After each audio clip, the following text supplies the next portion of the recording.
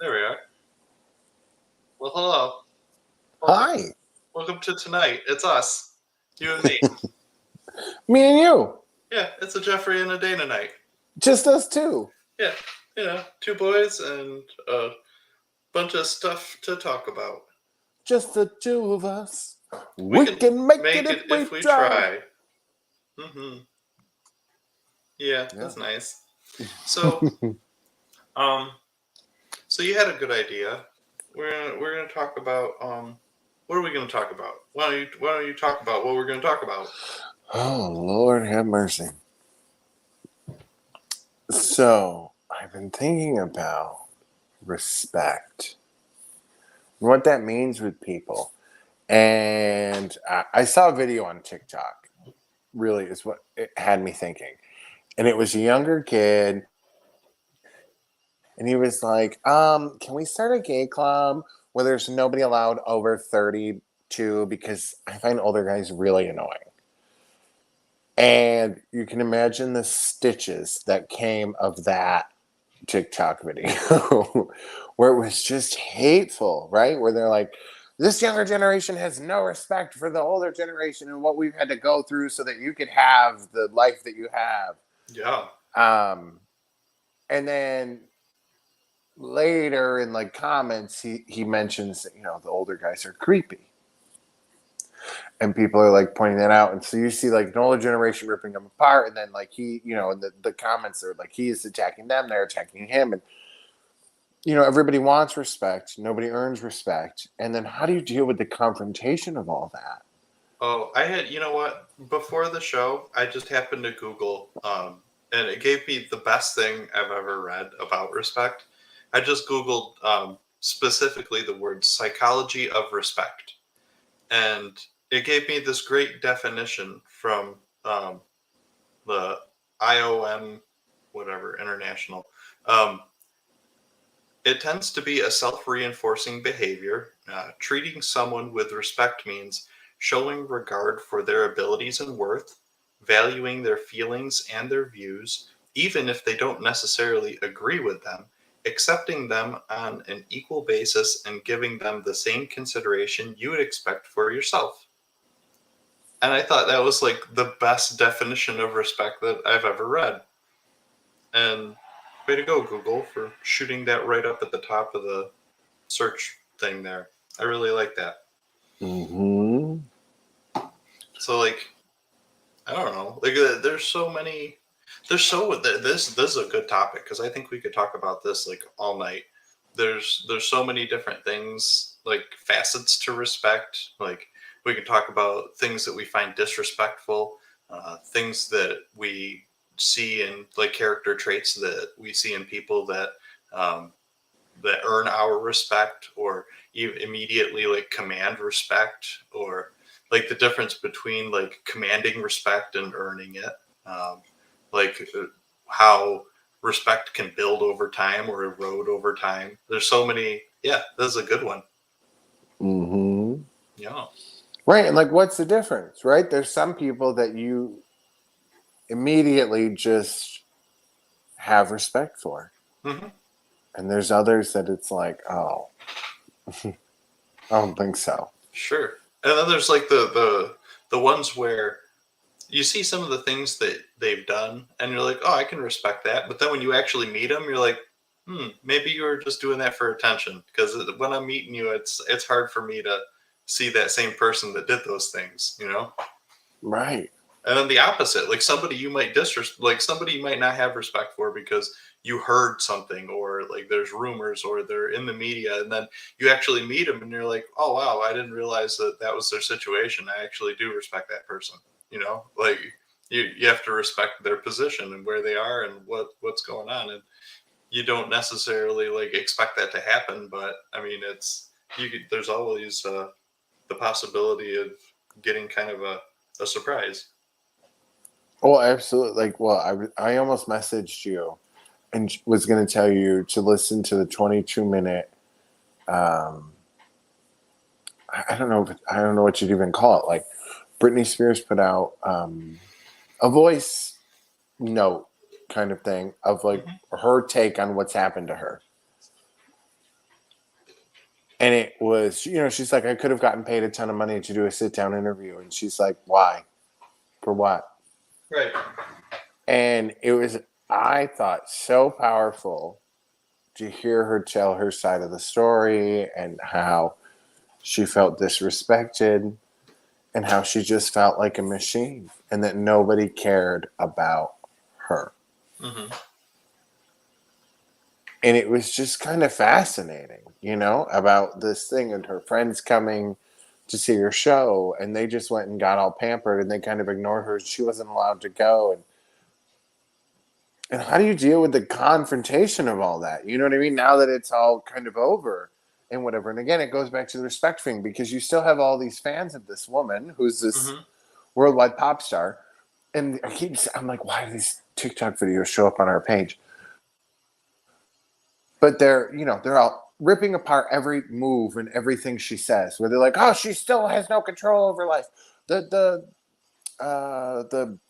her assistant just quit and she likes something so and so did, and the husband's on the payroll of the father, and they're ripping this woman's life apart still. And it's like, do you have no respect for her? Like, she's just finally getting her freedom back, and you're still looking to create a story where there maybe isn't any. Now you're attacking her husband. Like, let the woman have some peace. Like, give her some grace. Like, respect the situation. And like, even if back off. And there's certain levels of respect. Obviously, it belongs like on a spectrum. I mean, you're gonna get. I mean, everybody deserves a certain level of respect just as a human. And she really, like, even if she did some questionable things, and like, sure, she's like, maybe doesn't have great judgment, and she maybe has a history of kind of volatile behavior. It's still, her life is in a fishbowl. Everybody's staring at her, and that has a psychological effect on somebody. Like, you have there's stress, there's anxiety, there's like just the pressure of living up to expectations for all these people that are watching you globally on the internet. Like, there's a lot to, like, you can't really put yourself in her shoes, because I mean, who really can, unless you're a celebrity and you've had a situation like that. So I mean, showing just somebody is like some personal respect, like, give her some privacy. Like, why does it matter what this lady is doing? Like, she's not more important than me. She's not more important than you. She's not more important than like the lady at the grocery store. They're all humans. Like, what makes her circus so much more entertaining than somebody else? I don't understand. It was a hit. That's what it was. Yeah, everybody just has to know because of her name, I guess. Yeah, hard. It's crazy to me that we have no boundaries with these people. None. Yeah. I mean, how many times has a celebrity like kicked or swung or punched at or tried to tackle or run somebody off the road for like the paparazzi chasing them around and just getting in their business? Because like, they just go nuts after a while. Like, it's got to be crazy making to have somebody following you around constantly, like trying to take a picture of you where you look embarrassing, or you're doing something like that you think you're doing in private and they're just right there. I mean, Christmas. Yes. And the thing is, if anybody ever stopped to put themselves in that situation, they would be able to understand that. You know what I mean? And that's kind of her story in all this is, she's like, I don't understand why any of this warranted. She's like, I was hanging out with my mom one day, and all of a sudden she's like, oh, I think they're coming over to you to talk to you today. Maybe we should take off and go to a hotel. And the next thing I know, I'm being strapped to a gurney. And then they're locking me up in a facility for 5 months. And she's like, what did I do that was so wrong? I mean, obviously that's an extreme case of, what, obviously, a regular Joe Schmo, we're not going through that. No. But I think all of us in our own daily lives, you know what I mean? There's a struggle, like, obviously we're going through a divorce, a parent dies, a kid dies. You know what I mean? Everybody has their own grievance that is going on. And then it's so easy to spiral downward. Like, if I wanted to, it would take me a day, less than a day. It could take me a couple hours, and I could ruin my life with just a few choices. It's easy. It's so fast. Yeah. But to spiral upwards and actually like build something from yourself, like you have to claw and claw and claw to get just a little bit ahead. And I mean, I don't know. I think I have a lot more compassion for somebody who spirals down because I know how those things just compound. Like one thing on top of another, the pressure of everything, the feeling like where you just want to escape and like feel nothing and you drink and whatever. Like I get it. Like it is easier to avoid the hard part of clawing your way back up out of it. It's like, yeah, you know what? I'm down here. I'll just try to find a way to be happy down here, you know? So I don't know. Which I don't know never happens.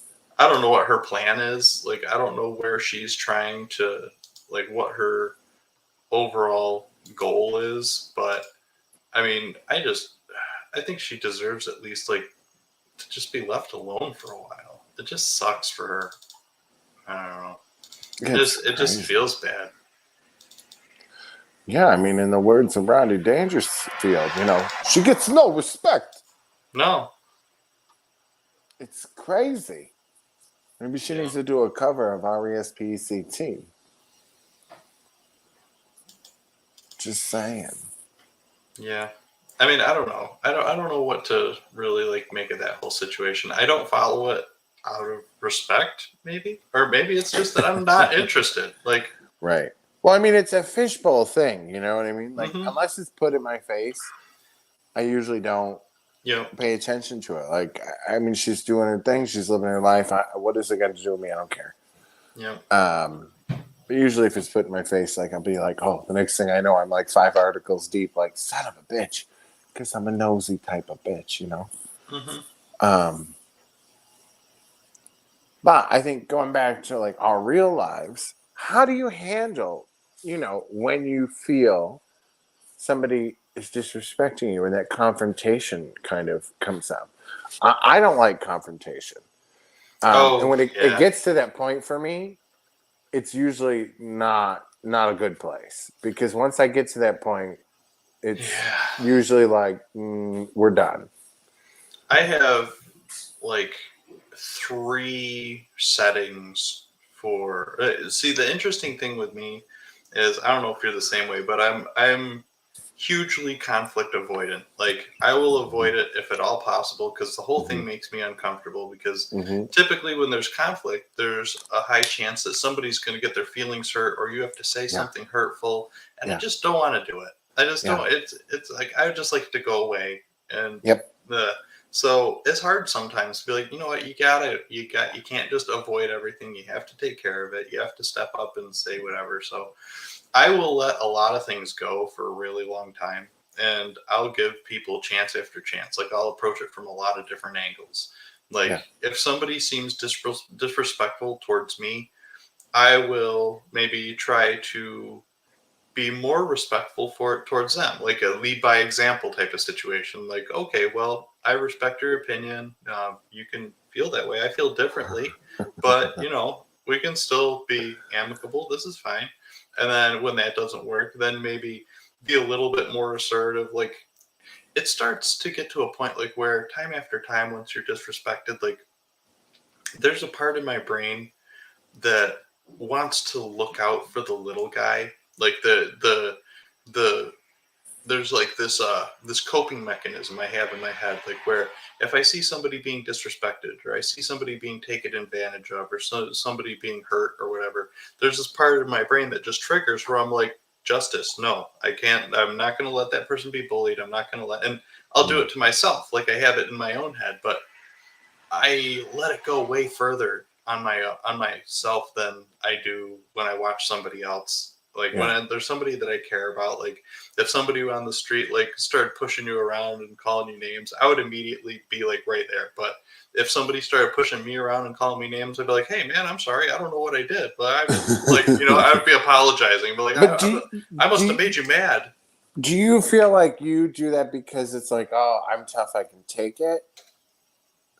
Or like that was always my thing, like with the stress, or you know what I mean? Like in my relationships where it was like, or even with money, you know what I mean? Like some of my friends, Yeah. like it was like, oh, I knew they, you know what I mean? They can't figure this situation out.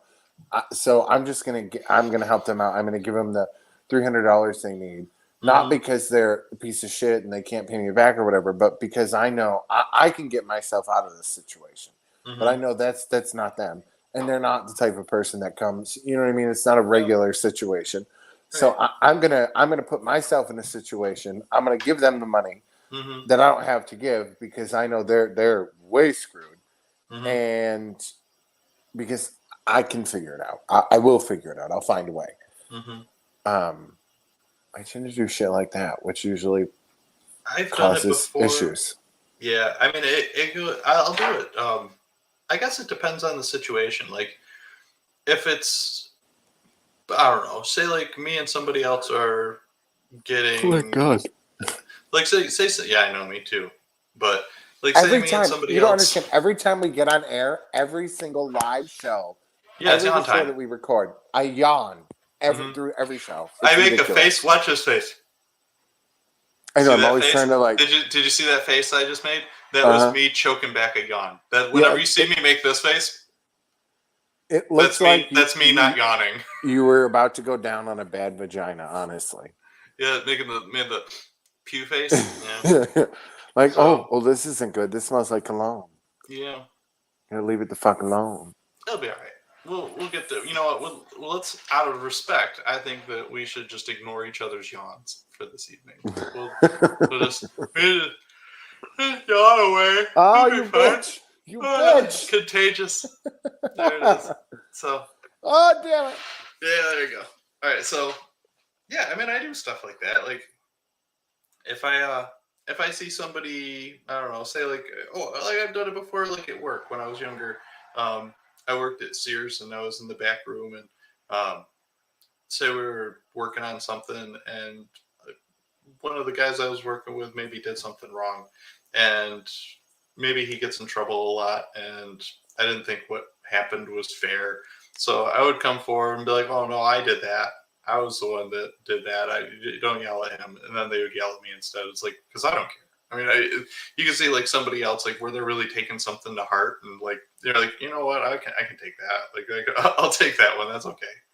No. But and then like I think that person respects you more. Like it might not mean anything to anybody, but that person will be like, "Oh wow, that was a super nice thing you did for me." Like I'm like, "Yeah, it wasn't a big deal to me, but I knew it would help you out, and it was probably a bigger deal to you to not get yelled at for that, and you probably felt bad, so no problem. That's something I can do that's easy." And then you get paid back. It may not be like the same type of situation, but maybe you're hungry and you get a slice of pizza out of it, or maybe like little stuff. Like it just makes Yeah. people like you more. Yeah.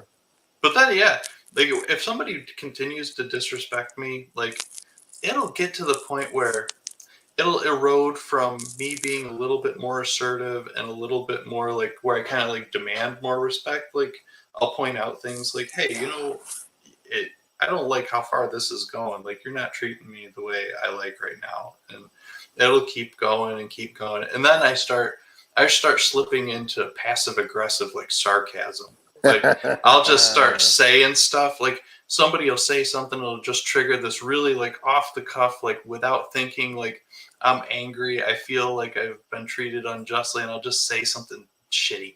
And I'm like, oh. And then I'm not proud of myself for it. I don't feel good about it. But in the moment, it's like, oh, that felt good. Get it out. And then after, I'm like, oh man, that was stupid. Why'd I say that? But and then I Yeah. get to the point like where like it just bubbles up, and even the sarcasm doesn't do anything, and you just want to explode. Like you either want to like scream your lungs out and like Yeah. break things. You just have to like walk away at a certain point. Like that's where I think I've learned as I've gotten older, like where to put these boundaries. Like if somebody doesn't respect your boundaries enough, and they won't like show you common decency through conversation or through repetitive behavior, like just before I start to get to the point where the sarcastic stuff starts happening now, I'm just like, I have to go someplace else. I have to just, you know what, I've got to, it's time. I've got to meet somebody. I got to go. Like, I'll just take myself out of the situation. I can't be a part of this anymore. Yeah. Yeah. I just have to like walk away. Like my anxiety's getting up. I have boundaries that are getting crossed and I don't like it. And I have to get away from it because I'm going to act in a way that's not respectful for myself and of you. Like I will disrespect myself by saying the things that I want to say, and it will disrespect you because you'll have to hear the things that I want to say. And so I have to go. Yeah. That's yeah. Yeah. Well, I feel like for me, I know never. I would rather talk about things when both parties are calm and the situation has had a little bit of time to settle. Because if we talk while we're both have any kind of heat still left on us, it's not going to be good. It's not. Everybody gets defensive. Like, that's the hard thing is, like, you can't have a constructive conversation when you have to constantly defend what you're saying and they're defending what they're saying. It's like, you never reach a point of like mutual, like, oh yeah, well, I see your perspective, because you don't want to see the other person's perspective because they've got you hot. Like, you want to just.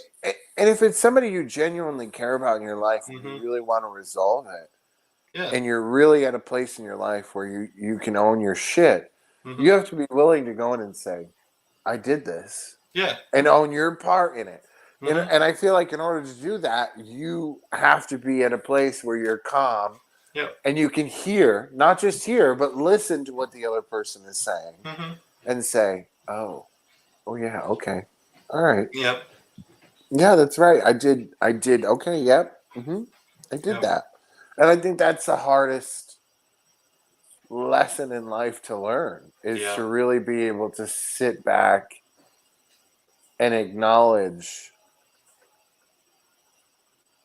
our shit and things. And like, I didn't give you the respect you deserve. I didn't handle that right. Oh yeah. Yeah, absolutely. Like, the hardest thing, like you're saying, like, going back and owning your trash. Like even if somebody treats me disrespectfully, I don't have the right to do it back to them. It's not an eye for an eye, a tooth for a tooth thing. Like, it's not 500 years ago. I mean, just because it's the same thing I tell my kids. Like, just because he hit you doesn't make it okay for you to hit him back. Like, if somebody loses control and they hurt you in some way, it doesn't give you permission. What they did isn't okay.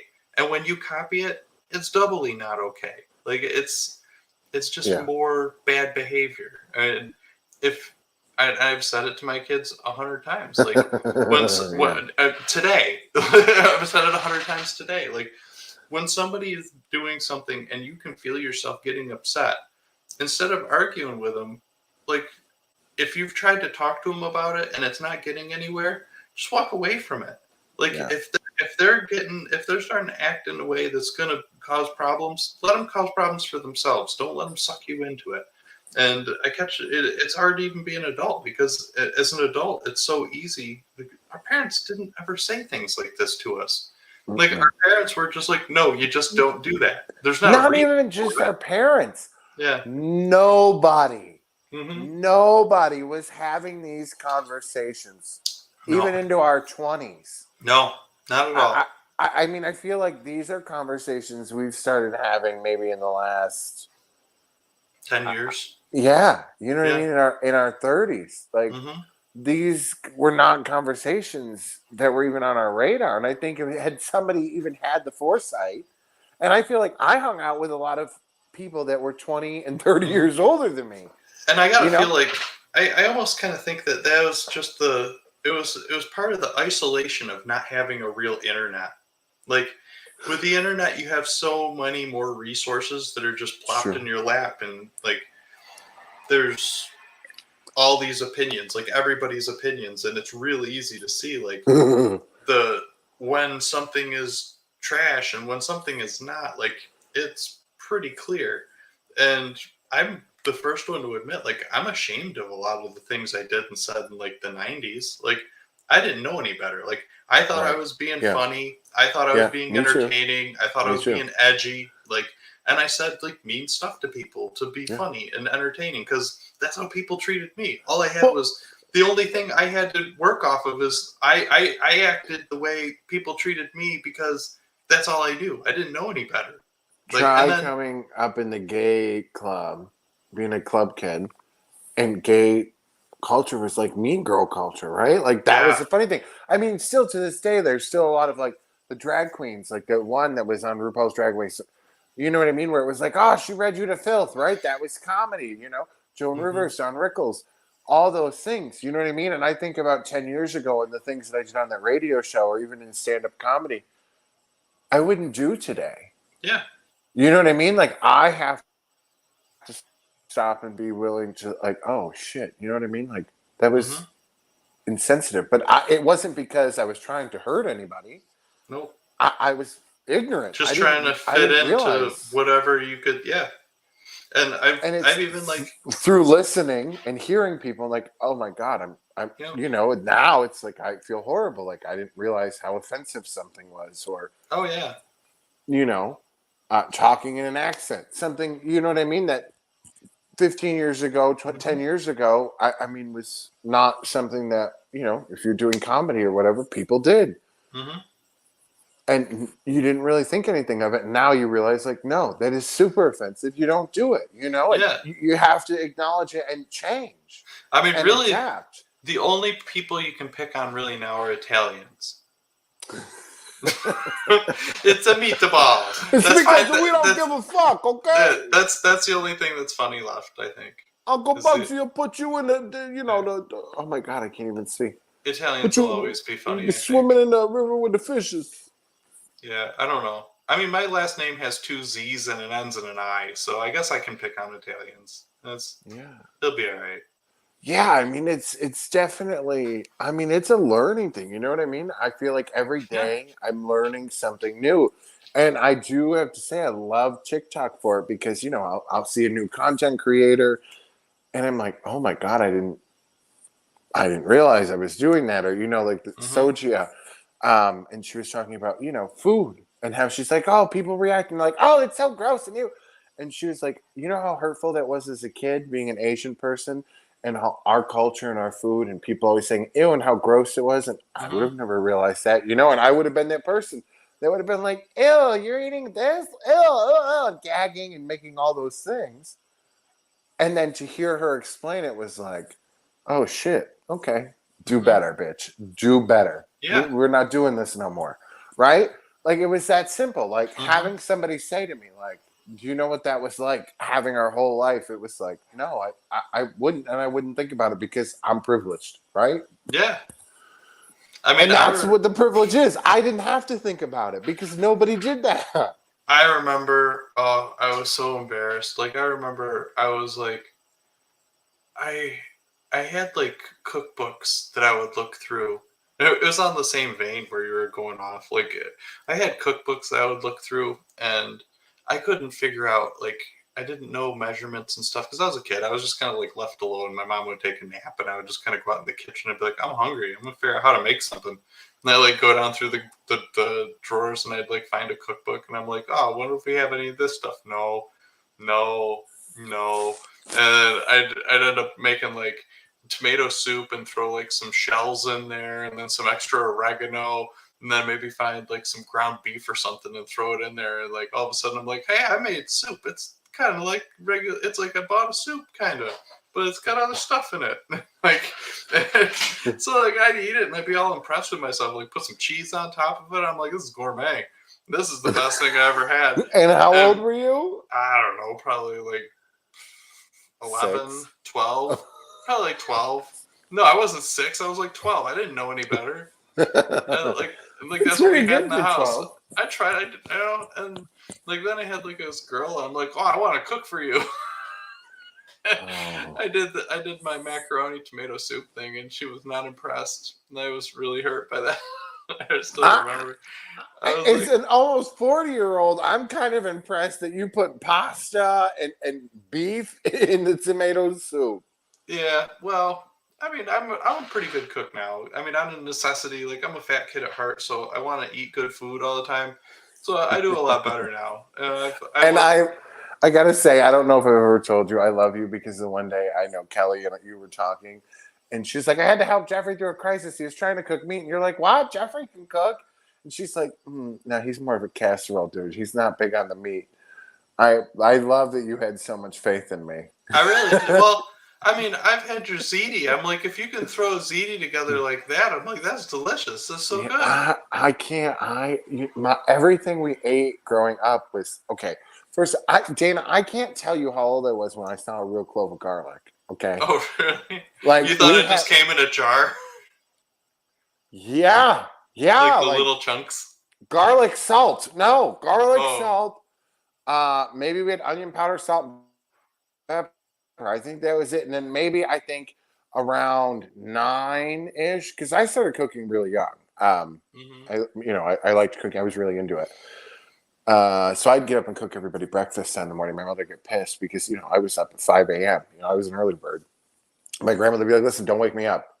I'd go spend the night. She'd be like, watch TV, do whatever the hell you want, but don't wake me up. So I would get up and cook like you. Yeah. And then I'd go bring it to him in bed. And she's like, can you just wait till like after 9 a.m. and not bring us breakfast in bed at like 6:30? Yeah. And I'd make omelets and pancakes, and if we had bacon, which was very rare. Cool.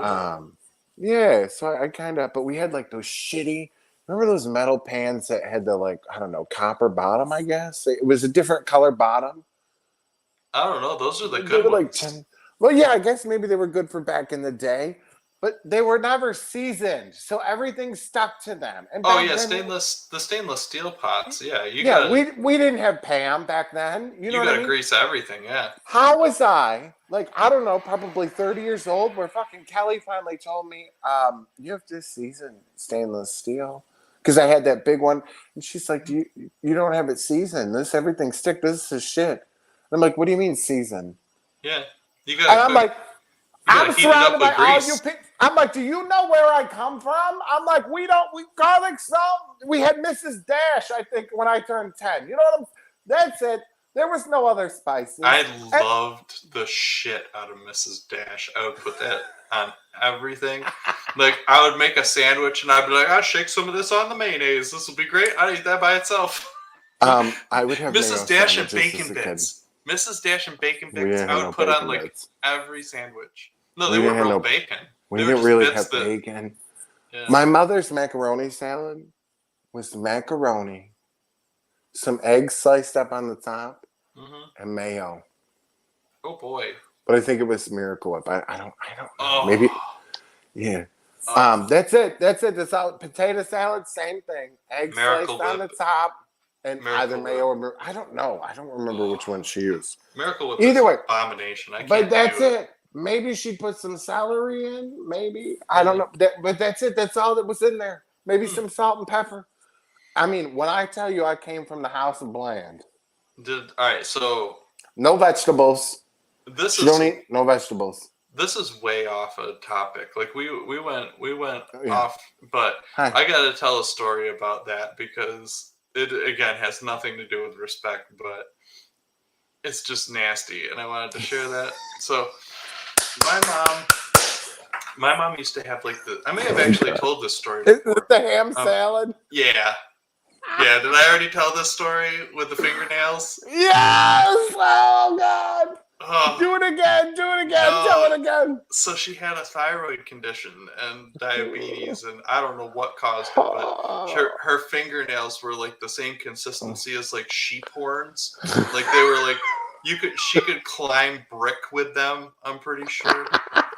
And they were just so thick. Like she could take her fingernail and just like push it into a 2x4, and like it would like claw into it. She's like Wolverine. But like, so she would make like ham salad and like chicken salad or turkey salad, and she would just take the bone that was left over from whatever, like, or like the turkey carcass, and she would just be sitting there like she'd have one of those old-timey meat grinders, like the metal ones that you clamp to the table and you crank the handle to grind the stuff up. And so she would be like picking stuff off of like the carcass and just like jam it in there and grinding it up into a bowl to make the salad. Then when it got down to the bone, she would just take her fingernails and just claw them into it. And like just get it all up under there. And then she would sit there with her thumbnail and flick into the bowl. And she's like, eat some of this ham salad. I just made it. It's fresh. I'm like,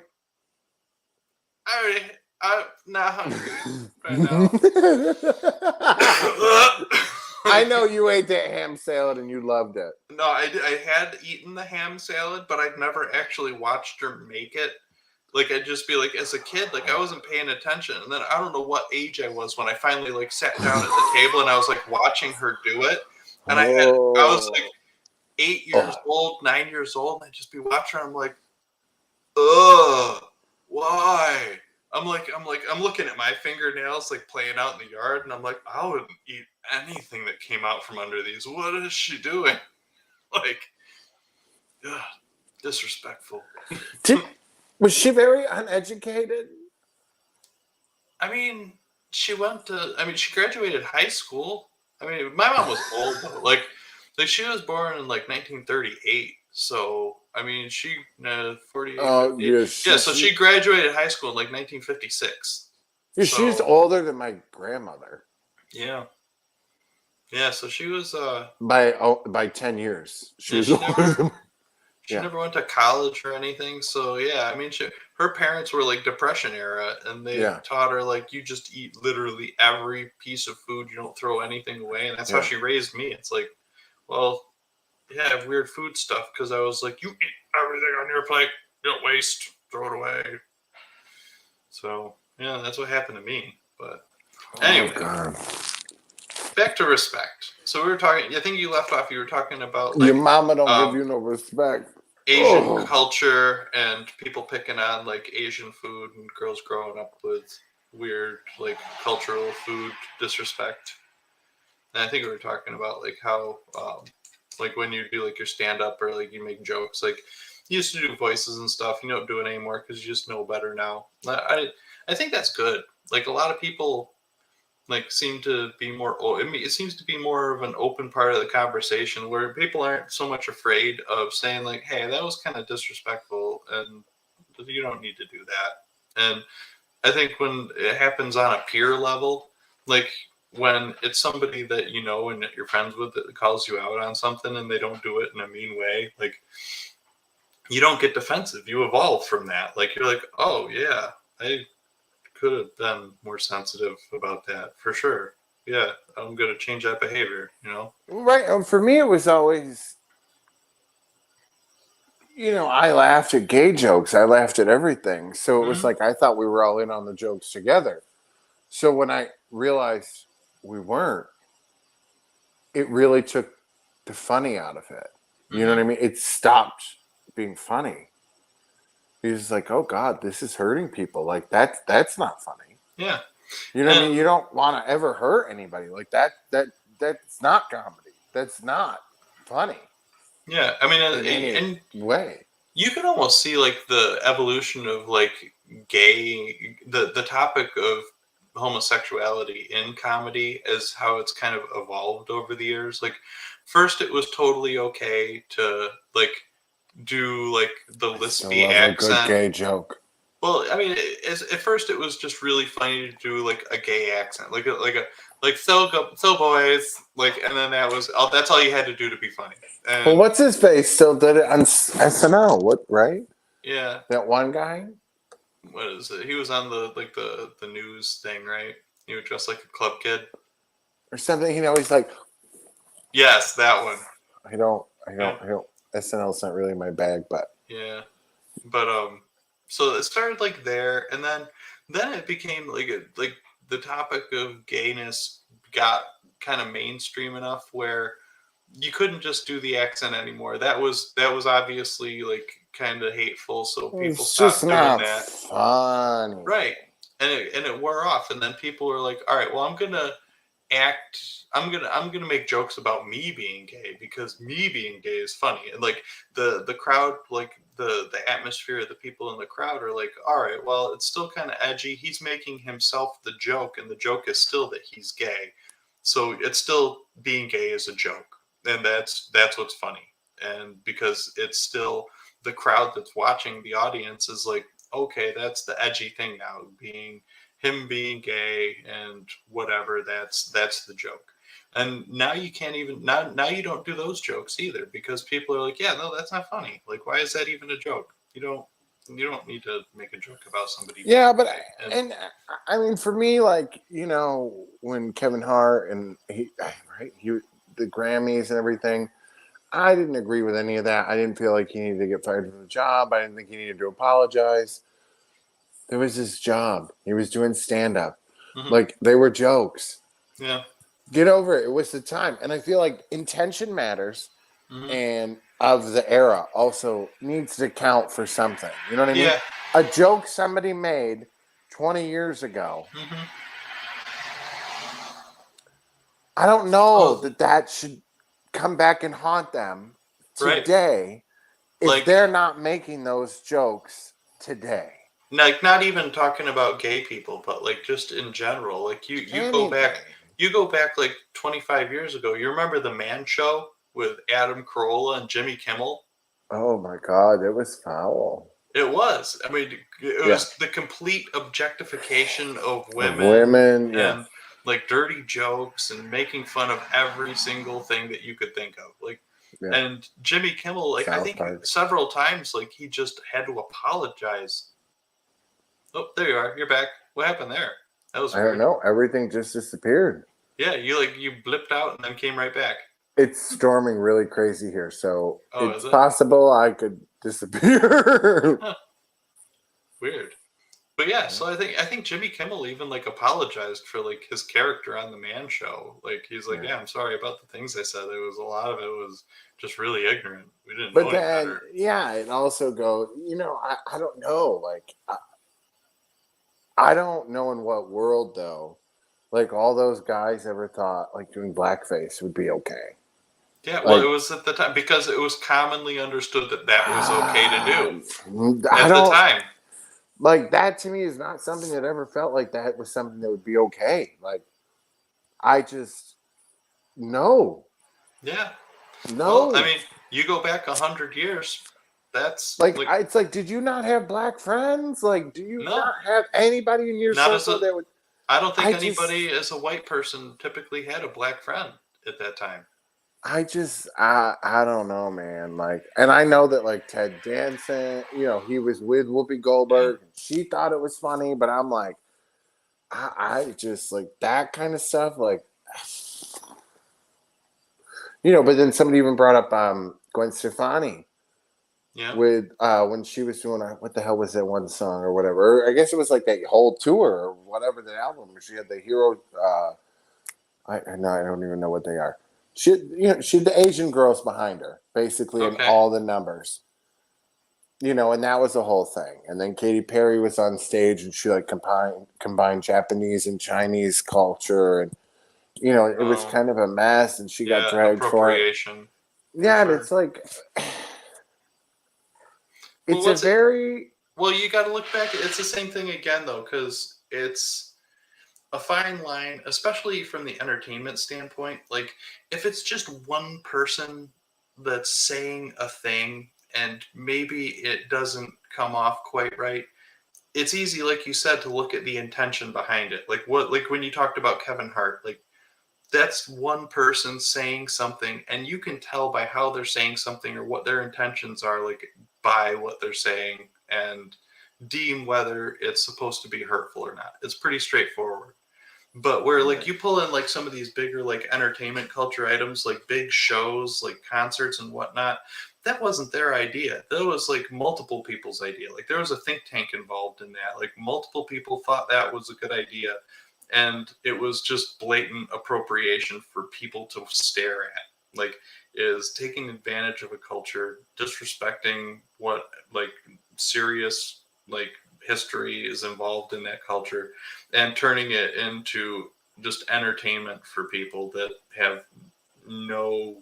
It disrespects that culture, and it's easy to understand the difference to me between the two, but and then at a certain point, like when does the performance artist, like when does the person that's performing in that show, like they're going along with, like they're nodding their head, they're like, okay, we're doing this like this, and you guys say that's going to be good, okay, I guess I'll do that what I'm supposed to, I'm the talent, I'm going along with it. Like it wasn't their idea, like they're just doing what they're told. Right. You know, it's Milli like Vanilli. there's a certain amount of like a little bit of like innocence to go along with that too. Like they didn't even pick that. Like maybe they wouldn't have even thought that on their own, but for some reason the creative director took it that way. And who knows? But yeah, it's a big gray area. Like you can't just say everything's good or bad and not like it's not like a light switch. You can't just like go over to one thing and say, oh, that's bad, off, this is good, on. Like it evolves, it's always constantly changing, there's always gray areas everywhere with everything. Well, I think as a person, you have to be willing to always evolve and change and listen. If somebody tells you that what you're doing is hurting them, yeah, you need to listen. Right. You can't. That's the word. Like that's one of the things that like I find like super disrespectful.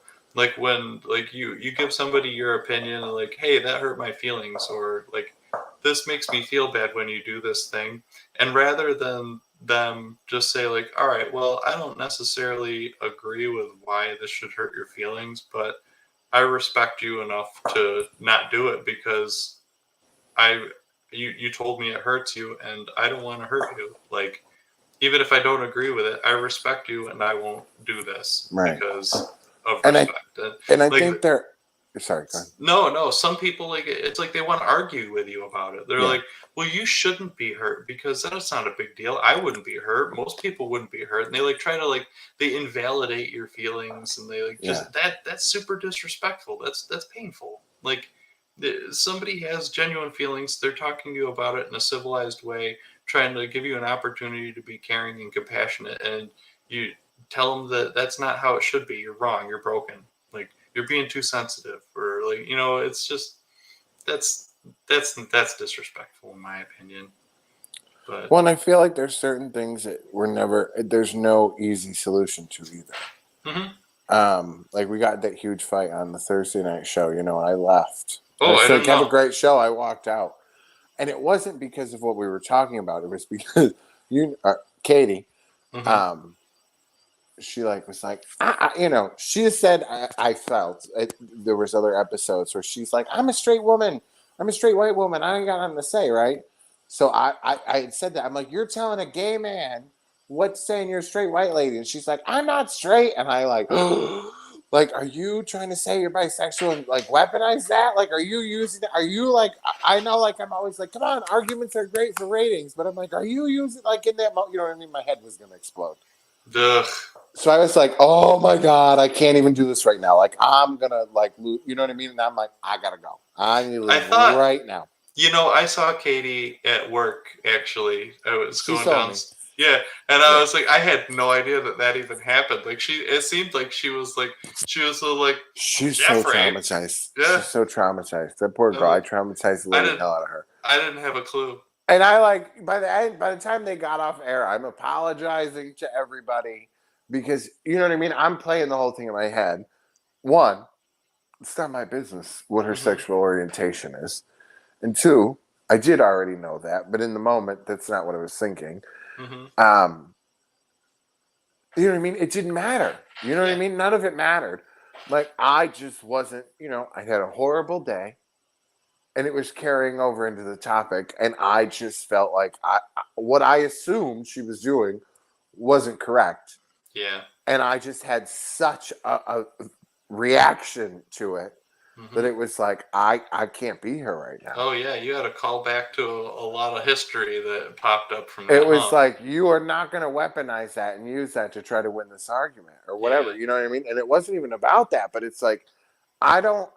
What I saw in that situation, because it was about Bette Midler and trans folks and trans activists, Okay. and Bette Midler saying, when abortion rights were taken away, she said, "Women of the world," and I don't know, she said, "We're more than reproductive rights or menstruating people." I can't remember, but reducing it to basically people who had their periods or uteruses or something, which, however she worded it, did not sound inclusive. And I do understand that now. However, I do feel like we have now two groups of people that are marginalized, because we can't deny that women have been marginalized for years and years and years on end. But now we have this group who's now telling women, well, now you're known as cis women, right? Because that's not always been the case. Nope. That's a newer term, right? So now we're telling you, oh, you're not just a woman anymore, you're a cis woman. And you don't get a say in that. We're just telling you that's what it is, and you have to like it. And if you say you don't like it, you're a TERF. You're anti-trans. You're it's not okay. And I'm like, wait a minute. There's no discussion here about this. And then because she said women of the world, and they said she wasn't being inclusive because of this thing, that Bette Midler was a TERF. And I'm like, this woman has fought for gay rights my entire life. And now you're going to try to cancel her because she's trying to fight for women's rights? I'm like, she was alive when she couldn't get a checkbook. Yeah, that's not okay.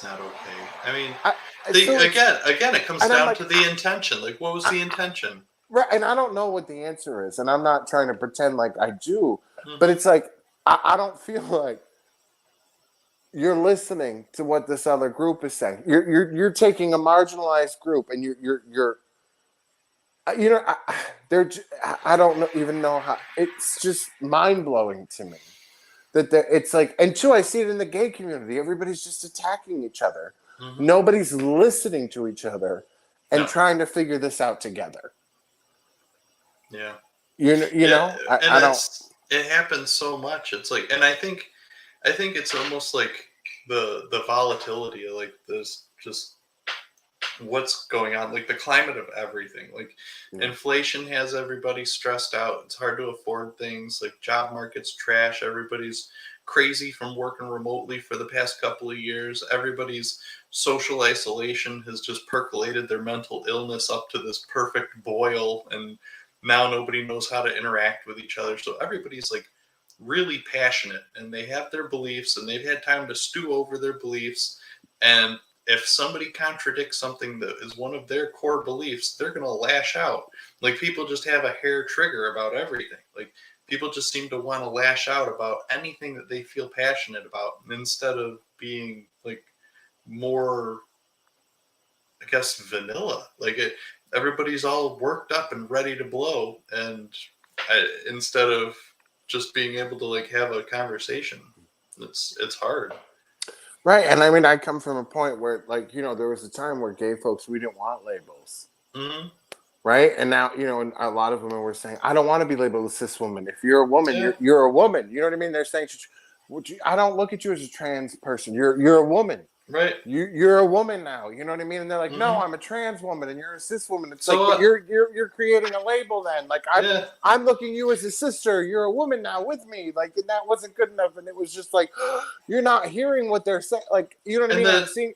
I'm watching this argument, and it's like, there's so much confusion for me. And it comes to you touched on something a second ago that I have a hard time with. Like, and it comes down to equality and treating people as individuals. Like, if I'm talking to you, my relationship with you, like, I'm just talking to you, Jeff. Like, if I'm talking to you as a person, you're Jeffrey. Like, you're just Jeffrey. Like, I'm not, if I'm talking to Kelly, I'm talking to Kelly. I'm not talking to like an idea of a female. I'm not talking Right. to like my Right. idea of a gay man. I'm just talking to a person. Like it's Right. just a person that Right. is my friend, or even anything else. Like the women, like especially like feminist women, like they talk about there should be no difference in the way you talk to or treat a woman versus a man, right? There should be no difference, right? Well, so then why would somebody want to transition from being a woman to a man or a man to a woman? If hypothetically we're supposed to treat everybody the same, why would somebody want to change from one to the other? They should hypothetically be treated the same no matter what they identify as. So why would somebody want to switch? Like it's because I think ingrained in us is Not so much why anybody would want to switch, but why would it matter to anybody else? well, who does it hurt? Why Like does even it care? Why? Right? Why? Who does it? Why right, does it matter? it Like I doesn't. don't care, right? Yeah, And that's the thing that blows my mind. Like again, like why? Why if a trans like a gay person, whoever, yellow, black, white, what? How anybody's rights are in question because of who they are, who they sleep with? It doesn't make any right. So sense. there's so many things. Everybody should have every right. It I as a shouldn't be a straight question. right, That I should as be a non-negotiable. and like it's from my perspective, like me as a straight white male, I shouldn't be allowed to make laws regarding women's reproductive rights or trans restrooms and straight restrooms and gay restrooms. Like, I should have no say in any of that because I personally don't have any experience with it. Like, I don't understand what it's like to not feel like my body is my own and that it should be changed to another gender. I don't understand that feeling. So, what right do I have to have an opinion about anything to do with it? Like, that doesn't hurt me in any way. They can do anything they want. It's freedom. That's what Well, freedom and I, is. I never really understood like the whole It's bathroom thing anyways, because right. if there's private stalls, Who cares? Right. If in my house, I don't have, there's women and men in my house, but we all use we're, one bathroom. Who we're, cares? we're washing our hands together. That's the problem. Yeah. And like I read one article, it was I think it was on Quora or something. It was just a forum post. Like some lady was like she went into a regular public bathroom that was men and women, and she went to the bathroom, got out, and she was washing her hands. While she was washing her hands, some guy came in and he was going to go pee, and he turned around and walked out and didn't go pee and waited for her to finish washing her hands and leave.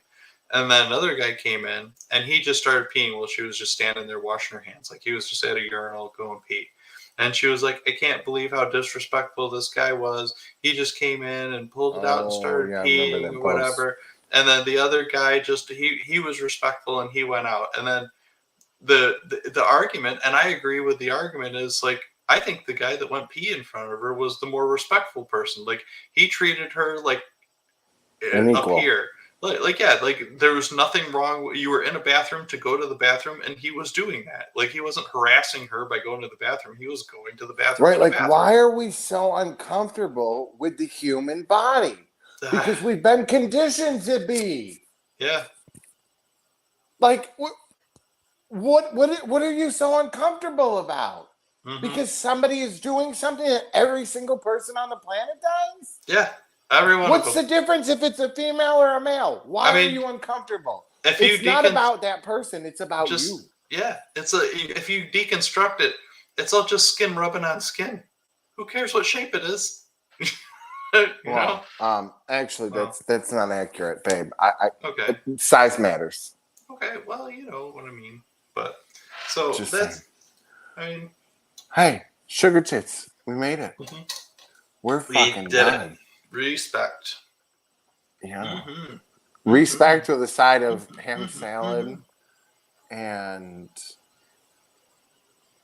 whatever else I drifted us off onto. Yeah. But the ham salad's my favorite. Respect. Yeah, mom claws. That. I'm definitely gonna have to pull that clip again and upload that to TikTok. It was the thing. It was like, you know how like you kind of, it's like the one at a time, like flick, flick, flick, flick, flick, flick, flick, flick, and back and forth. Like she was just got really good at it. Oh my god! Yeah. Well, God rest her soul. It needed to rest. All right. Well, here we are. We made it through another Monday. Okay, kids, make sure you're checking out tomorrow night. We have Theo Thames. Actually, fucking no. Was the winner of Canadian Idol coming on. Steve's doing an interview with him and his new single, Kicking Back. So make sure you check that out on Tuesday. Then Wednesday, we have Guilty Pleasures is back. And Thursday's UCR Live. Make sure you stay tuned and check them all out. And we're going to sign off. Bye. Bye. And now we stare at each other while we wait for it to end.